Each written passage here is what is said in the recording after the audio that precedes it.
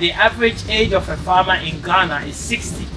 Wow. So where's the innovation? Where's the technology? Yeah. Right? And that's the perception, because the youth are now running into banking, into finance, into tech, into all these, but then we don't have infrastructures for them, so unemployment is increasing. Yeah. Meanwhile, we have vast land, but the only reason they are not going there is because they haven't seen the good.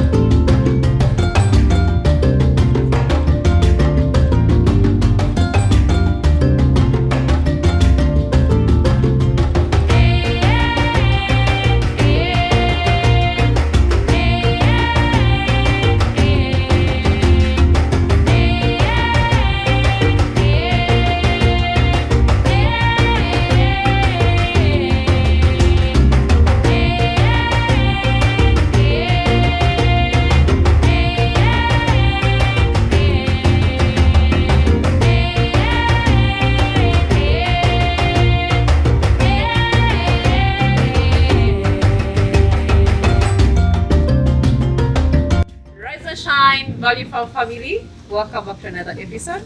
If you're new here, you're almost welcome. Please consider subscribing if you haven't already, and also turn your notification bells on. And of course, to all our returning subscribers, thank you so much. We really appreciate you guys so much. Thank you so much for being part of the family. Thank you so much for loving us. Today it's a different kind of setting. As you can see, we are super excited to have a visitor, a guest on the channel, which rarely happens, but we are really super excited. I would like to first introduce my co-director, in case you're watching him for the first time. Hi everybody, my name is Grafton, co-director here at Value Farm. We actually have a very special guest visiting all the way from Ghana. Let's give a very warm welcome to the one and only, right, Farming Africa.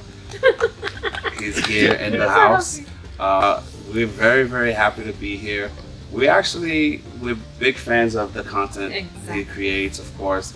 I've seen the impact he's had and the growth of his channel, the growth of the actual farm itself, from the way they built the actual poultry house to where they are right now. So thank you for being a part of this video, Fred. We really appreciate it.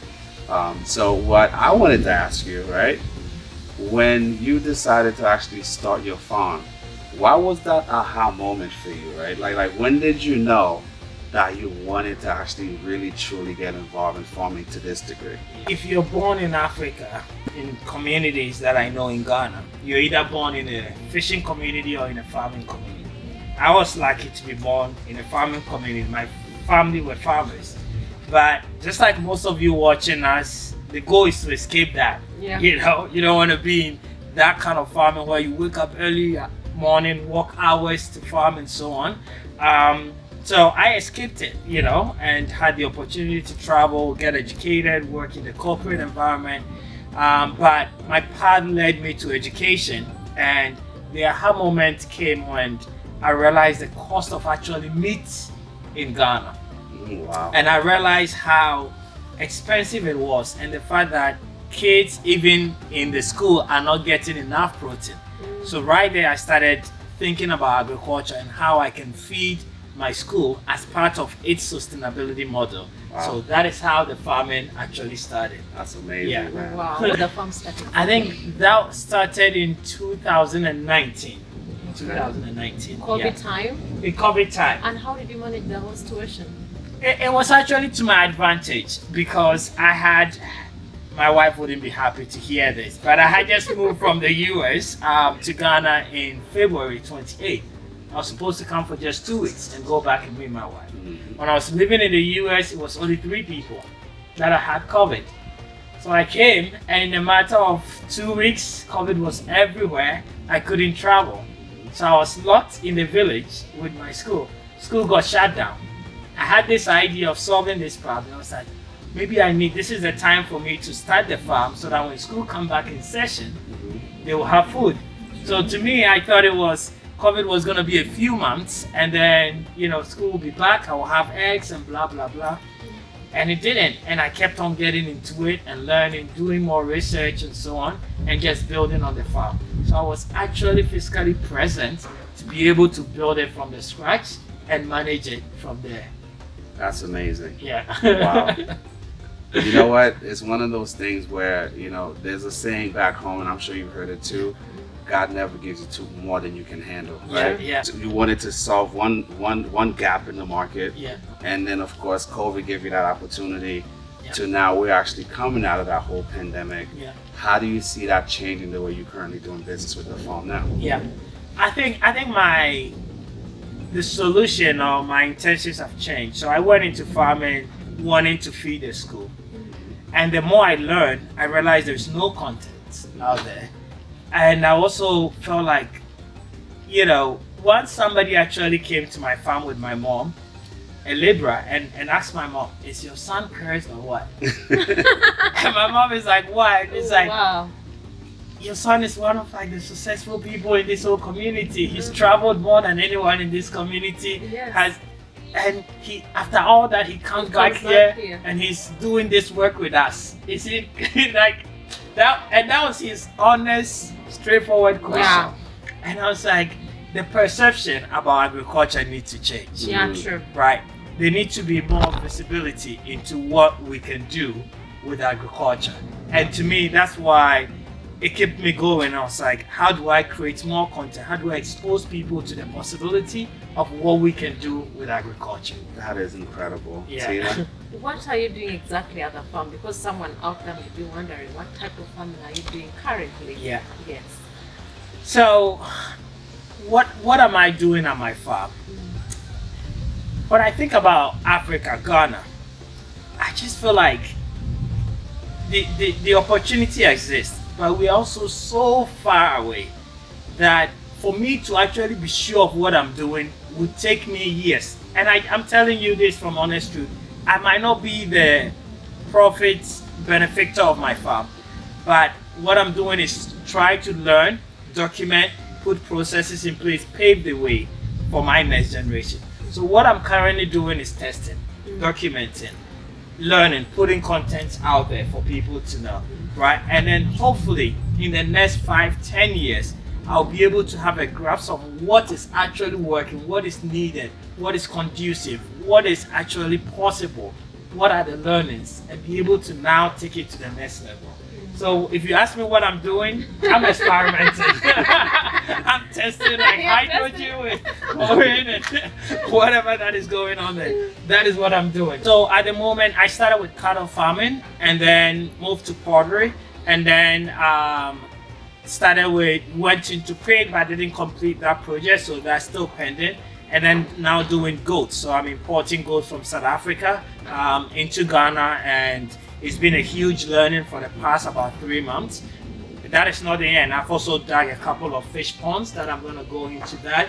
So as I said, I just want to experiment and then be able to focus on that. Yeah. Wow, that's amazing. You know, it's so funny that you wanted to change how people think about farming on the continent, and it's no coincidence we wanted to do the same thing, particularly as it pertains to pig farming. Because I remember when I first came in, the cameraman, my friend that's behind the lens right now, we were in his vehicle and I was like, you know what, for the bride price in Uganda, people always give away cows. Yeah. If I ever get married in Uganda, I'm gonna bring pigs. So hard. Everybody laughed, and then Tina was in the front seat, in the back seat. I'm in the front seat. This man here is driving, and then he was like, "What, pigs?" And then the look on Tina's face, I was like, at first it started out as a joke, but then then I'm sitting in the back in the front doing the numbers. I'm like, wait a minute, why not pigs? Yeah. If you think about it, if I bring someone 3 cows. In 24 months, they're gonna end up with 6 cows, Yeah. right? If they're lucky. Yeah. But if I give a family 6 sows, right? In 24 months, they could easily be at 300. Yeah. So and you should take the pig. sense. But the perception of pig farmers in Uganda, and for me, it made no sense because we're in a country where we eat more pork than any other country on the continent. Yeah. And so it made sense to go into pig farming. The numbers aligned, but we also wanted to change the paradigm, the way people view pig farmers on the continent, in Uganda, across the region, and that's why we wanted to also chronicle that experience. And so far, so good. No, and another aspect to that is, Guys, the rain is coming. I know it's gonna going to rain, so we'll probably take a pause and come back at some point when we need to run. You know, but my point is, the other perception is what we've seen our fathers and grandfathers, what farming has done to them, and what they've been able to achieve. And therefore, we don't want to be in that same shoe. True. But there is different way of doing farming now. Exactly. Right? And that's why to us, we're also thinking about training. We're thinking about how do we make farming actually sexy. Sure. Have a lady like Tina in farming.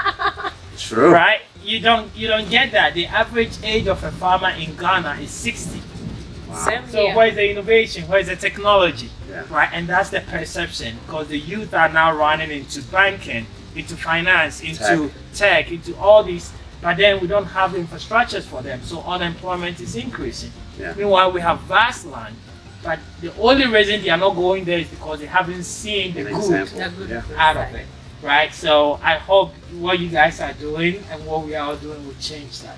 That is so amazing. And there's so many places which are already overcrowded. So for you running into banking, running into technology, these other things, there's scope in farming, guys. You can change the perspective yourself.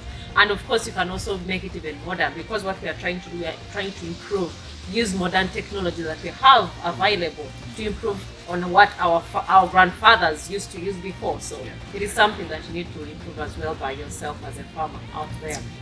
But it was really exciting, Fred. We really appreciate you coming to Uganda. We are really looking forward to taking you around, taking you to our farm to see what is actually happening. Of course, we are here with like-minded people like him who has come into the country to share ideas. He's been sharing, of course, behind the camera. We've been sharing a lot and also learning from him as well. And of course, we have so many ideas that we have gathered here. It's truly an honor and a blessing. Thank you, my brother. It's always good to see a young man, right, with vast knowledge, vast experience, world experience, because he's actually lived all over the place and worked outside of the continent, to actually be in the same field. You know, so the notion of you, mainly uneducated folks are getting into farming, old people, old retirement folks are getting into farming. I'm glad we could come together to actually put a face on the movement of farming, and it's with the youth. You know, like there should be no limit. You should not limit yourself into getting into a wonderful profession simply because of what the aspersions have been based on negative viewpoints. The goal is to feed the country, and Africa feeds the world. And you should be part of that movement. So we welcome you to the fray, and we'll catch you guys in the next video. Please consider subscribing if you haven't already. Tell a friend to tell a friend. Follow us on social media. Our social media page, that is Instagram, is Value Farm UG. Then also Facebook is also Value Farm UG. Do not forget to go and follow us there, because there's a lot behind the scenes. Till next time, bye.